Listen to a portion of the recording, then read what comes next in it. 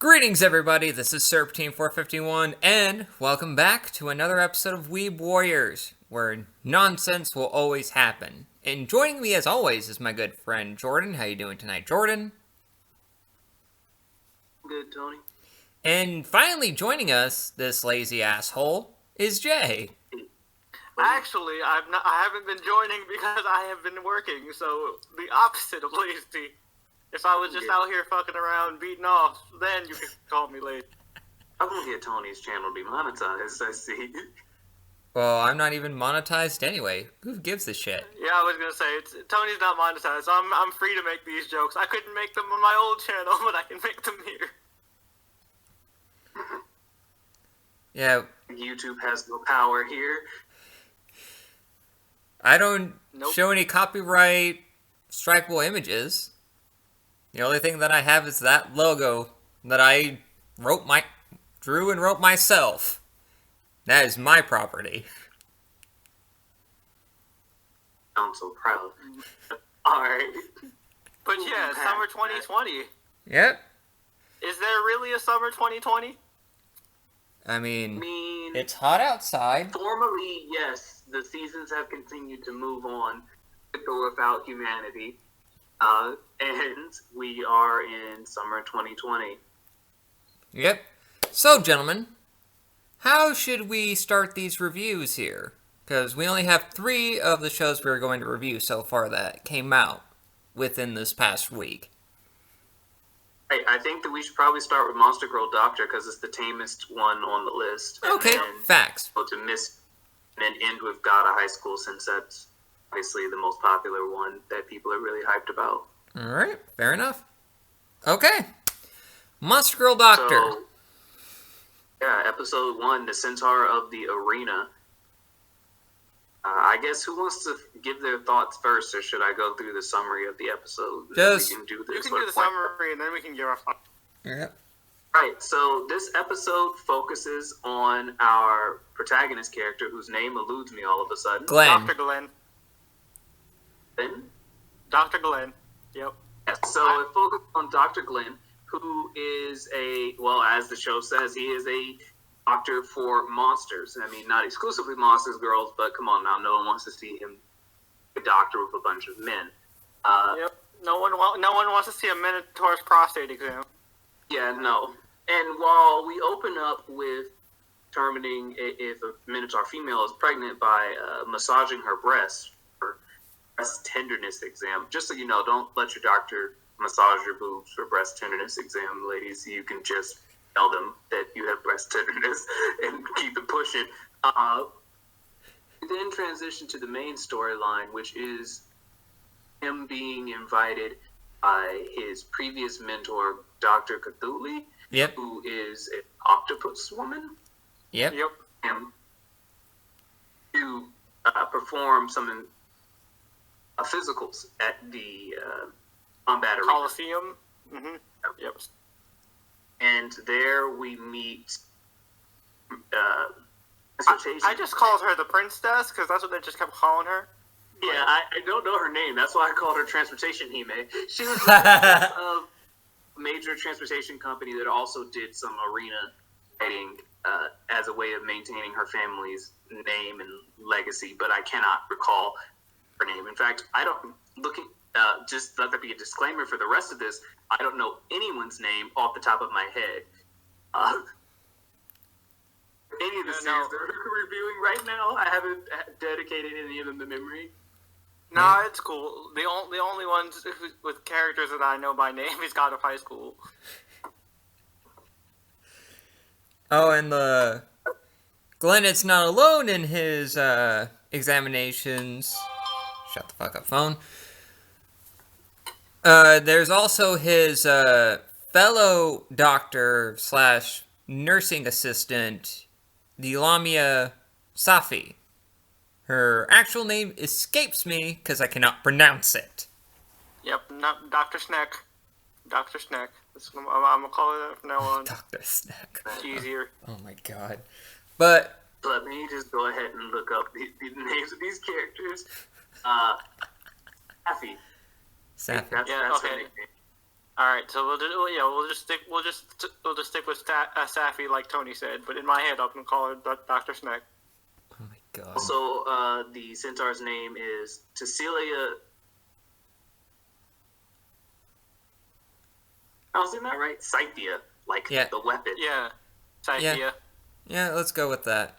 That seems to be that looks like how it's supposed to be pronounced, but I'm not super good with phonetics. Yeah. But anyway, I like calling her Transportation Hime, because that's funnier. Alright. But yeah, so Transportation Hime is having troubles in the arena. And she is like... After undergoing a physical and propositioning Dr. Glenn with reading with her. Yep. Because she wants top quality... since her family is of the highest quality, she wants some high quality. I feel like you just said high quality 4 times. Yeah. Make sentence out of it. No, that's exactly what happened. That is exactly what the case is. She wants all that, and she thinks Dr. Glenn has it. Again. Well, I didn't say it. Yeah, so she tries to proposition Dr. Glenn. We see that Safi is not about the whole romantic rival shit. She ain't here for these games. Not a one. And so it kind of establishes their dynamic, like that. Dr. Glenn, he's all about just helping these monsters, and he's super oblivious to all their obvious sexual advances or sexual reactions to his exams. Yeah, honestly, I don't know if he's oblivious or just doesn't seem to be particularly concerned, because we flash forward to the scene where Sappy is entangling him in her tail while she's drunk. It's pretty clear that he's aware that something's going on, but then he immediately changes the subject back about his patients. I think it's just there's nothing more important than his patients. So the rest of it's kind of secondary or even lesser important. Yeah, definitely. Yeah, that's one thing I will give him. He's a little bland, but he's good at his job, and he's I respect the dedication. Yeah, I mean, it would be kind of annoying if he was that bland and bad at his job. Yeah. I mean, he did figure I've out seen that kind of MC before, and it's very annoying. You mean like almost every other harem MC ever? I mean, yes. I know why harem MCs are so generic. It's so that you can insert yourself into them. But honestly, I prefer characters that sort of match my personality qualities in some fashion, rather than. Yeah, I was gonna say I don't like blank slate coon. I'm cool. Yeah, I don't want a bread coon anywhere. It does remind me of a lot of cultured anime where the protagonist doesn't get a face. Yep, he doesn't get a face. You don't see his eyes. His hair is conveniently covering his eyes. Yep. Sometimes they show you that they have black hair of medium length, but I'm just like, so like 90% of the cultured anime protagonists have like their own standard haircut the same way Karens do. Yeah, and these dudes do have voices, but they're not so distinct enough. But you mostly hear grunts, so it doesn't really matter. Yeah, because that's hentai for you. Moving right along, though. So he diagnoses the problem. She needs better horseshoes. I think she needs horseshoes at all. Yep, because. Oh, she's unshoed? Oh, yeah. Yeah, she's unshoed and uneven. She has some fear of her feet being, a reasonable fear of her feet being shoed, because it involves them taking a knife to her heel, cutting back the overgrowth, then putting on iron. Hot ass iron. Yep. And then, of course, when Dr. Glenn, fixes this problem, it devolves into, slight foot fetishy stuff. And it's just like, all right, Okay, I get I it. didn't catch any foot fetishy stuff, but then again, I guess I wasn't looking for it. No, I wasn't looking for it either. I mean, like, I wasn't trying to throw Jeremy out there. I'm not saying I was looking for it, but I definitely saw it. I mean, there are some weirdos out there that really like feet. Oh, trust me, I am not one of them. I think feet are like the most disgusting part of the body to me. But anyway, with this, with her being shooed now, she actually wins her competitions because that's what she was the most upset about. I do love this the section, and this is like when she's like, obviously being feeling certain sensations while being shooed, and she's like, calling out to Dr. Glenn, and she's like, moaning and going all crazy, and then Safi's just like, nope. She entangles her, literally shoves the end of her tail in her mouth, like, alright, you want to suck on something, suck on this. I don't remember her wanting to suck on anything, but alright, Jeremy. But yes, all of that up to that point was true and accurate. I found it to be quite hilarious, but then it kept going back to the fact that her tail was in her mouth, and I was like, okay, it's getting a little weird now. Yep.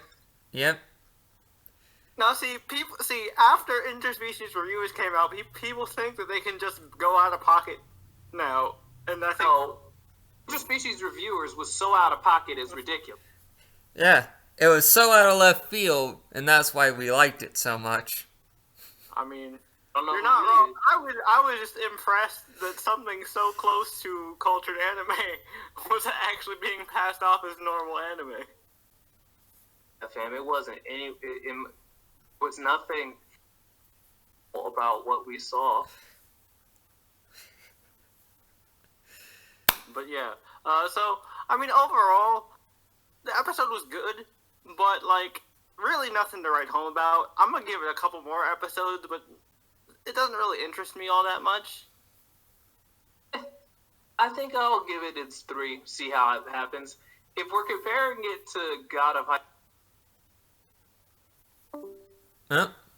Oh, Jordan dipped.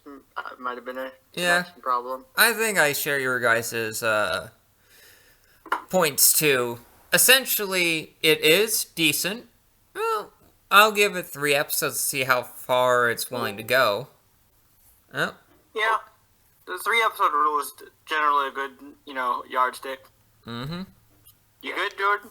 Yeah, my bad. As I was saying, I'll give it my 3 episodes. I think it has potential, but we'll see how that potential matures. Mm-hmm. I'm really just watching it to see how closely I don't want to say rips off, because I'm not sure which came first, but it definitely reminds me a whole lot of Monster Musume, right down to it's kind of like, okay. But Monster Musume actually had some kind of other interesting things going on besides, like, wacky sexual situations. Yeah, I mean, Monster Musume did try to explore some social topics through... Yeah, and it, like, they actually, like, did culture clash type stuff, which was actually kind of very interesting. Like, sure, it had good ecchi in it, but, like, there was more to it than just the quote-unquote plot. The quote-unquote plot? Mm-hmm. Yeah, there's a difference between plot and plot. Yeah, we all know like this. Mm-hmm. No, I'm gonna keep that to myself. But yeah.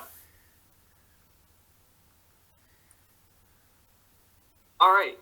So, up next is the Misfit of Demon King Academy, Episode 1, The Misfit of Demon King Academy. Oh, sweet baby, Jesus. Oof. Oh, buddy. Oh, Man. we did not initially plan to review this. This was a show that seemed very generic from its description, and its art style didn't bring anything new to the table. It didn't seem interesting. The only reason I watched it is because nothing else had really updated yet, and it had dropped on Crunchyroll that day. I click on it, not really expecting much, and it opens up, as I might have imagined, pretty generically. Big old, bad, powerful-ass Demon King, who has destroyed everything, killed the gods, blah, blah, blah. And he's going to get reincarnated. Mm-hmm. So, okay, here we go. Demon King's supposed to be reincarnated. He's going to Demon King Academy. There's a bunch of people getting Harry Potter-esque letters from owls. Yada, yada, yada, blah, blah, blah. It's immediately obvious who the Demon King is. Yep. And up until we get to running into Zeppes the first time, I'm feeling like I'm about to exit the episode. But then, He starts flexing. Flexmodius is born, and he begins putting ass whooping on Zeppes, and I'm like, oh, that was kind of painful. All right, and oh my god, that battle. Honestly, I feel like we could spend the whole day talking about the real quick, his shit talking though. When he was just like, "Oh, I'm sorry, your magical energy was so weak, I didn't even notice you were there." Facts. I just put your match out. I just blew out your match. Oh my god! Like, how does that make you feel? He just ended that man's whole career and his life, and the life of his entire family. I mean, not his entire family, but his brother's definitely fucked up. Yep. I mean, but back to the summary here. We also are introduced to one of our many female characters that's going to be circling around this fucking demon legend. And I'm going to call her Blue Eyes because I don't remember her damn name. I don't remember her name either. I was trying to think, and I was like, what is it? And she strikes up a friendship with Flexmodius after he puts the beat down on Zeppes.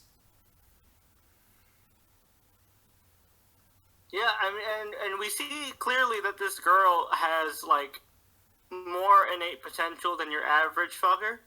Mm-hmm. Because she can actually see what's going on. She has demon eye. Also, during her magical analysis, she had 100,000 plus mana magic, versus people that were having at max hundreds. Yeah. Like we saw someone with multiple hundreds of magic. Yeah, the highest one we saw, I think, was around 700 or 800. Yeah, but this girl outshines these bitches and assholes. Yep, and then Flexmodius steps up, and he's just like, alright. He broke that crystal. It couldn't even register his power. It was so much. It just said 0 and then exploded. Yep. And just then, like, well, damn. After their orientation stuff was done, Flexmodius takes Blue Eyes to meet his family for dinner. Which I thought was great, because I love how his parents are just so, like, ridiculously wholesome. Yeah. And also accepting of the fact that their child is only 1 month old. Yeah, right? That's some fucking wild shit. I didn't know what I was expecting with the reincarnation. This man came out and said, "Boop, I'm going to school now, bitch." And I'm just like, stop, what? What is this madness? You didn't have to do this. Exactly. I'm a flex right out the gate. You think I have time for childhood? Nah, I'm gonna go straight to my teenage years. Fuck this nonsense. Oh my god. And good shit. Sweet baby Jesus, his mom, just one of the funniest things in this entire episode. She's like, his mom is pretty hilarious. She's like, "Oh, he brought a girl home. I'm so proud of him. Please be my daughter-in-law." All this shit. I was like, that was quick. I mean, your kid just became a teenager. Can we talk about how if they do have a relationship, it's gonna be a little weird though? Yeah, big facts. Yeah, big facts. Because she's more than likely a descendant of his. I was about to say, didn't he sire the entire demon race? Yep. Yep.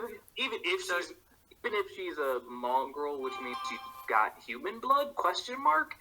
I don't understand how they couldn't have human blood, since if he's the only demon, all of his original progeny had to have been half-bloods, right? Yeah, exactly. Which means that at best, they're quarter demon, because otherwise they'd be super inbred. Yep. Although we don't know if inbreeding has the same effects for demons that it does on humans, but yeah. I suppose I guess I'm over here trying to mix genetics into human blood. Like, that makes real good sense. Yeah, because misshapen horns and hooves could be a real issue. But yeah, like, but back to it though. So, the next part, they have this almost, not necessarily exam, but it's basically like, all right, we're gonna test you via combat. If you No, it wasn't a challenge by combat. Flexmodius in Blue Eyes was jumped by Zeppis' older brother, who was one of the administrators at the academy, who's like, I ain't gonna deal with this shit. I'm quelling this right now. And then he tries, and then Flexmodius is just like, oh, that's cute. You're adorable. You're so fucking cute. Yep, so the older brother kills Zeppis. He's fried like bacon, dead on the ground. And him and his cronies were trying to, like, burn Flexmodius, and Flexmodius is like, nope, that's not gonna happen. All your magic circles, they're gonna explode right in your face. You better control those, or else you're gonna die. He said, I love how he was just so nonchalant. He's like, you better take care of that, buddy. Yeah, or else you're gonna die. It's just like, hey man, your tail light's out. You might get that fixed. That's literally the tone he was using when he was talking to them. Oh, and the best part about this whole situation is like, yep, I'm not gonna lay a hand on you, but your brother will. And resurrects him from the dead, turns him into a zombie. I'm not gonna move from this spot at all. I'm not gonna lay a single finger on you. Honestly, every time he says that, you know bad shit's about to happen. Exactly. Yeah, turning the little brother into a zombie when he revived him multiple times. Like, I know this season is pretty sparse, so, like, the quote-unquote competition isn't that much, but Flexmodius is definitely in the running for favorite MC of this season. He keeps doing shit like this. Yep. So he's right there, just showing both brothers, telling the older one, like, hey, the only way you can get this to stop is that you said sorry to your brother here. Yep. And at the end of the day, Big Bro is taken down by Zombie Zeppis, and both of them are alive again, and just soundly defeated by Flexmodius. The next day, though, he enters the academy, just flexing on everybody, as he does, telling very old jokes, well, jokes in his mind. Everyone's like, the fuck kind of shit are you on, bro? I really like that, like, Blue Eyes had that moment where she gave him head pats. Like, and he just reacted like, the fuck is this? What are you doing? Don't you know who I am? And Blue Eyes is just like, head pats are the cure for everything. Shut up, you know you like this. Although, it does make me wonder what the fuck happened 2,000 years ago that led this man to be killing God and everything. He seems like a decent guy. You know what I mean? Yeah. Which leads me to believe that we're going to get a fairly generic, oh, he's misunderstood. It's just like he caused an age of cataclysm and killed God from a misunderstanding. You know, the standard, like, Tumblr blog, hot, misunderstood bad guy. Like, I hate that trope, but sometimes it's done well. Well, we'll see how it plays out. It really just depends on how believable this misunderstanding is. Honestly, even if his misunderstanding is bullshit, I will be entertained by his flexes, and so I'm okay. Yeah, but it's still gonna make it fall out, in my opinion. Yeah, yeah, definitely. Like I put it, I'm trying to think of another series that did something very similar. Darling in the Franxx. Let's revisit that briefly. I really liked the first half of Darling in the Franxx, and then it starts to taper off, and then it just falls right off the cliff. Yep. That whole last episode, I was just like, okay. Yep. This is what we're doing now. Interesting. Yeah. No, So, yeah, I definitely feel you on that one. so this is the hot madness we had to deal with. And the thing that really bothers me about it is not even so much that the Kluxars had a secret extra level of depth, or even that there were aliens. It's just that anime really sets it up in a way that makes you think, okay, I have a fairly decent idea about what's going on in the world, and I says, nah, fuck all that. Yep. Yeah. Also, they simped my boy. I can't even think of his name. Glasses, actual partner. Oh yeah. The guy that got cucked by Ichigo. Yeah, I was just like, I don't appreciate that, but Yeah. Although Ichigo was simping hard for main dude, Darling. I don't even remember his actual name. That's how I don't remember any of her names beyond 02 because her name is not a name. Yep. Yeah. But yeah, so overall, I think this one was pretty solid. Good, like opening at least. Yeah, that first battle, I hope it is a sign of things to come and not like a one-off, just to get people interested, because that would be disappointing. Real disappointing. Yeah. Because if there's one thing that we like, gentlemen, it's seeing characters just flex on everybody by turning them into blended messes. Both Jordan and I read Solo Leveling, and literally all that is flexing all the time. I mean, my thing about flexing is that it has to be justified within the fiction of the narrative, and and when it's done, it has to be done well. The reason I like Solo Leveling is because there's a justification as to why he has this ability. We don't know what brings about this power. We know he does do these things. He's earned every inch of power that he has. Yeah. And with this one, maybe he hasn't earned it, but he is the fucking demon who told me that demonic Demon King power. Whereas with even with good things like incarnated as a slime, Rimuru didn't earn that power. Nope. He just kind of got it gifted to him. Yeah, he just said some nonsense about feeling heat and all this shit, not wanting to feel pain anymore. And God was like, "Yep, you're a slime now." Don't get me wrong, I love reincarnated as a slime, but I'm just drawing a comparison. Yeah. Well, I feel you. Or, a perfectly good example of that same trope but done very poorly. Reincarnated with a smartphone. Oh yeah, that shit. Smartphone. That shit. Smartphone was so garbage. That it was. Oh my god. That was real bad. Especially, can we talk, real quick, can we talk about how he referred to every girl in his harem as a daughter? No, that's Ragnarok. That's Ragnarok. I confused my trash isekai. Yeah. I mean, I didn't even make it past that. I thought it was Death March or whatnot. No, that was Ragnarok. Ragnarok was pretty solid. I mean, it wasn't amazing, but it was pretty solid. No, Ragnarok was the one where he referred to yeah. The clan leader is the father. That show. Right. Yeah. I forgot about that it existed. Absolute garbage. I forgot about that. Right?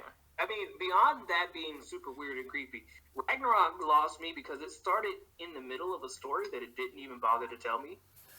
Yeah, truth. Yep. Like, they had whole standing relationships and inside jokes that I was just like, why is this blacksmith embarrassed? What? I don't understand. Yep. But yeah. Okay, your damn jokes, you fuckers. Last but certainly. What? It's like, why are you keeping us out of the loop of your damn jokes, you assholes? Right. Exactly. Alright, so, the final show, I guess, because we're only doing the 3. We have the God of High School. Is God of High School, set up, stand up. Yep. So for those of you that are familiar with the manhwa, this adapts the first few chapters in a sort of new fashion. Instead of beginning with vignettes of each of the main characters as they get recruited into the tournament, instead focuses on them going to the tournament on that first day and merges it with it's kind of interspliced with the vignettes. The scene where they all meet up racing down that motorcycle. Which I think is better pacing-wise for a TV show. Yes, I agree with you, Jeremy. I thought it was a very good way to bring in the main cast without feeling like we're taking like jump shots of disconnected events. Also, I want to ask you guys this question, because when I read the manhwa, this was the first thought that came to my mind. Does Mori? Did you not instantly think, "Hey, Mori looks a lot like the grown-up version of Tai from Digimon"? Oh yeah. No, I did not think that. I mean, I don't disagree with you now, but I didn't think it in that moment. When I first saw him with his hair and the goggles, I was like, "Wait a minute, hold on." Honestly, when I first saw him, I was just like, "Is he going to be annoying or cool? Annoying or cool?" Because there's really only two ways about it. A character like that. Oh, so it really kind of it depends on your sense of humor. So honestly, he reminds me of a more competent Goku. Honestly. That's actually how I would describe it, right? And that's how I was gonna say I would describe God of High School. It has this very early Dragon Ball style of humor that relies on a lot of slapstick, which is definitely conveyed all throughout the show, and the animation style really plays that up, which I appreciate. Because a lot of the appeal of God of High School is like the kinetic nature of the show, because it's literally just Street Fighter, like mixed with Battle Royale. Like it's just a non-stop knockdown, drag-out brawl, and it's pretty fucking awesome. There's not much depth to it. It's literally just a Battle Royale tournament for a literal, generic. I will grant you any wish. And each competitor has a specific wish. I was going to say, I assume that most of the depth of the series was going to come through character motivation about why they want their wish. Yeah, pretty much. And supernatural powers that they develop to beat the shit out of each other. But honestly, that's all I was looking for. I'm not looking for a whole lot. No, you should go into God of High School. No, I'm not thinking that it's going to be something like nuanced. No, it's just really cool fucking fight. Yeah. And some good slapstick comedy. Like I said, very similar to early Dragon Ball and some of the Jackie Chan movies from the 80s and 90s, with a lot of the using objects in fights comedically, or people tripping over themselves, and drunken fighting is used pretty well at a point, very similar to that kind of style. So if you like those kind of martial arts movies, you will definitely be into God of High School. Mm-hmm. Yep, I'm excited. Oh yeah, it's a good one. This was honestly my most anticipated of the Crunchyroll manhwa adaptations. Actually, I'm excited for a lot of stuff, but I was a big fan of Tower of God, and honestly, I really liked the way that it turned out, and I think the first arc's the worst arc, so that's just... Yep. I was just really happy that, by the end, they got to the point where, we all realized, nah, fuck that bitch. That was a good moment. It was nice seeing Twitter finally understanding. Mm-hmm. But yeah, overall, I really enjoyed it. You get to see just enough of the main characters' different fighting styles to be like, okay, this is what that person can do. That's what they do. Homeboy that works in the convenience store, watch out for him. He's a problem. Oh, he the problem and the solution. Fuck you, mean. Exactly. But yo, I did not expect Kang to show up. I'm disappointed about. I did not expect Kang to show up in the first episode. That threw me off. I was like, wait, yo, damn. Yeah, I mean, they're definitely moving some things around. But the thing is that you, without her vignette, kind of feels kind of flat, and there aren't that many female characters at the beginning to begin, like, at all.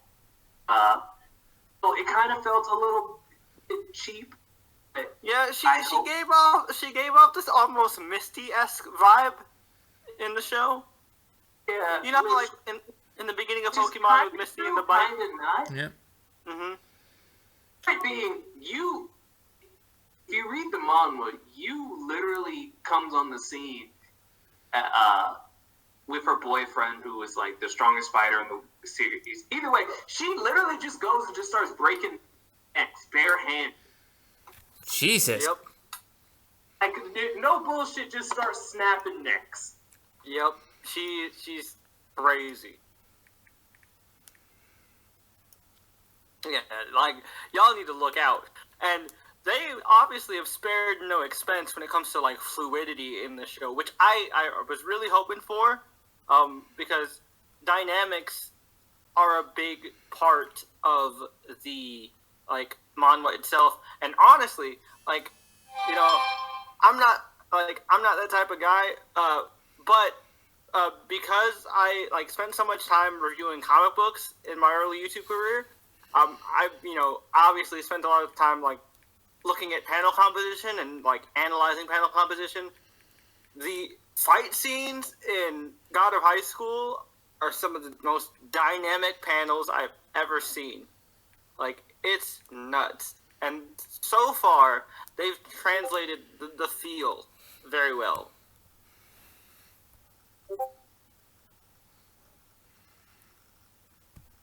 Okay. But yeah. Or at least based on what I've seen. Mm-hmm. So, Tony, as someone who's only seen the show, what did you think?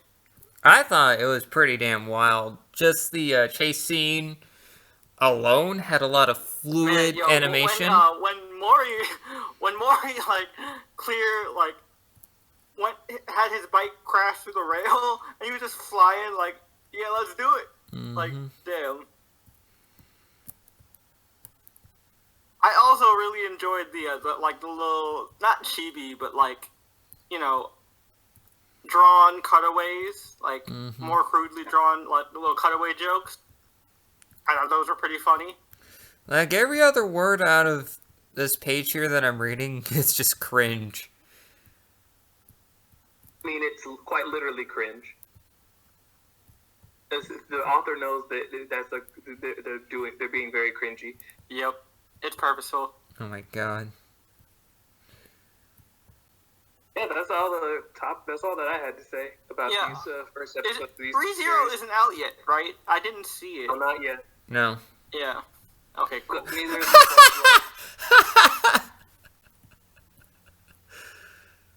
But yeah, no. All in all, these first three shows are pretty solid. The only one that is in quick danger of getting boring is possibly Monster Girl Doctor. At least for me. But I feel you. I'm definitely going to give it its 3 episodes and see how it develops. You know, these harem animes, they kind of... It's very rare for a harem anime to be like, yeah, I'm amazing from episode 1. Shit. yeah. At least for me. Yeah, especially ecchi harems, because, like, you know, I feel like ecchi harem, for me at least, peaked at High School DxD and just never recaptured the magic. Holy shit. In High School DxD, I don't think High School DxD beat itself in subsequent seasons. You know what I mean? It felt like a, I guess, a faithful rendering of the source material, but it didn't adapt itself well to being actually an anime, if that makes any sense. Yeah, it definitely felt like diminishing returns to me as well. And I think that's kind of the drawback of harems in general. Now, Tony's way more versed in this genre than we are. I mean, we've obviously watched a ton ourselves, but like Tony, like prides himself in like actually like deep diving into this shit. So, yeah, I mean, Tony definitely takes the cake. I've watched almost. If it didn't involve like small children or small child animals, I probably watched it. But Tony goes and reads the light novels and plays the games and reads the videos. No, what did they call them? Can't even think of it. Visual novels. There it is. Yep. I just can't. Yeah, no. Tony got me on the visual novel train a couple years ago. Yeah, I'm just the lord of research, I guess. If it's something that takes my interest. Okay, research is what we're calling it. Okay, gotcha. Research, interesting. I mean, if I want to enjoy something and I'm really invested in the story, not just the plot. Plot. With quotation. That should be the title of this episode. Plot.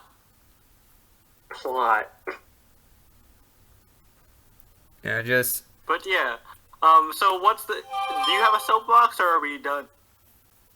I think we just had a soapbox interspersed with the entire episode. Oh, yeah, I mean, technically, we did have a lot of different side conversations. But yeah, no, I think summer's off to a solid start, considering that, it's kind of... It started kind of handicapped. Yeah. And we also have ReZero Season 2 coming out this season, and the High Dive exclusive show, Peter Grill and the Philosopher's Time. Yeah, I'm really excited for Oregairu, or My Teen Romantic Comedy Snafu. I've literally waited, 4 years for this season? Because this is the last one, because they literally only had to adapt the last chunk of light novels, which, it's been so long that I ended up just reading them. Because I was like, I need to know. You can't just leave me on a cliffhanger for 5 years. Like what has happened with these characters, fam? Yep, no, but it's good. Corey was actually the one that got me into it, and this is one that I didn't immediately regret. So, that should tell you something. There's only two settings on a Corey recommendation. It's a trap, or it's legitimate, and it's really good. Hey, why are there only traps and legitimates? Because he either recommends something to me to see me suffer, or he genuinely gives me a good recommendation. We often like he said, he convinced me to watch Golden Time, and just to see you suffer. Dipped halfway through, and I was out here finishing it, and I'm like, "This is all bullshit. What are you making me watch?" He goes, "Oh, I don't know. I didn't finish it, but I wanted you to watch it, so I knew how it ended." Oddish. That's literally what happened. That is hot, wet garbage. Hot, wet garbage. Yeah. But it was bad. It was real bad. But yeah, well, so I'm looking forward to Oregairu. I don't think either of you have watched the first two, so I guess I can. That one on my own. I've watched at least 5 episodes of that show. I just need to reacclimate myself to it. I mean, if you can catch up, I'd be down to talk about it. It's very interesting. It's definitely one of those animes that's my speed for sure, because it's a heavily psychological teen character drama. And you're all about your drama shows. I mean, especially when it dives into psychological character analysis. Hachiman is a very interesting, especially in terms of a romance protagonist, he's a very interesting character. But yeah, we'll talk about that when that comes out. Yep. But anyway, we'll just end things here. Thanks for joining me again, guys. Hopefully you can join us more, Jay. Real quick, before we go, I want to make a quick plug. Since I did recently also, I guess, quotation marks return to YouTube. I have recently created a dedicated FGO channel for my Fate Grand Order clips. And Tony was actually in my most recent video because Tony was on my roll stream to serve as my catalyst. And you know what, Tony? You helped me out, man. Yep. We have established a precedent. You now need to be there. Yeah, because I am the... It was a good time. It was a good time. Tony also got lucky, so I feel like it's a mutual arrangement. I have no idea what any of the words you just said mean. Okay. Basically, he rolled for a banner. Doesn't need to be discussed in the video. All right. Need to be discussed. All right. So, I'll make sure, if I'm not too completely lazy, to include that channel in the video description, so you can check all that nonsense out. But anyway, this has been Serpentine 451, joined by Jay and Jordan. We'll catch you next week.